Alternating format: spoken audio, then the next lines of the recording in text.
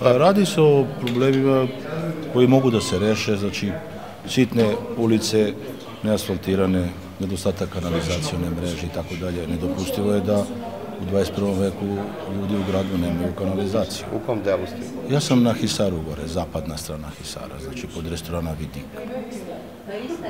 Tu ima neko... Da li očekujete da mogu da pomogu? Mogu, kako da ne, samo ko hoće.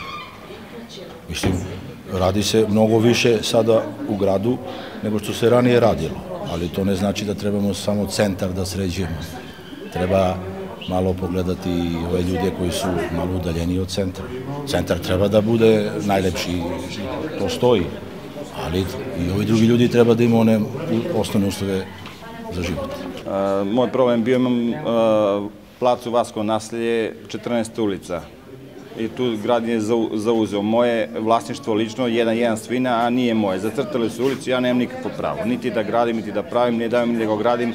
Dole komšije Vršlju, ja sam pokušao da nasipem ulicu, milicija je izlazila, neću da stvaram problem, treba neko da strada da bi se nešto desilo. I došao sam, svi me lažu, distribucija sama postavila bandere, nisam tužio, nisam ništa, došao sam ljudski da kažem i rekli su mi da se javim direktoru direkcije da vidimo dok se stiglo s tim. Verujete da će dobro? Pa da vam kažem iskreno ne. Znači sve od 20 godina idem za to, znači ne rešim, znači iskreno ne verujem.